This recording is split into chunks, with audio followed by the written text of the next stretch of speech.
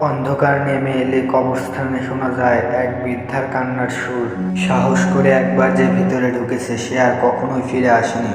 একটি ছোট্ট গ্রাম ছিল, সেখানে একটি পুরনো কবরস্থান ছিল। সেই কবরস্থানের কাছে কেউ যেত না, কারণ সেখানে একটি অশুভ আত্মার উপস্থিতি লক্ষ্য করে গ্রামবাসী। সেই আত্মাটি একটি বৃদ্ধার, যার মৃত্যু হয়েছিল অন্যায়ভাবে। তারপর থেকেই তার আত্মা ওই কবরস্থানে ঘুরে বেড়ায় প্রতিশোধের জন্য।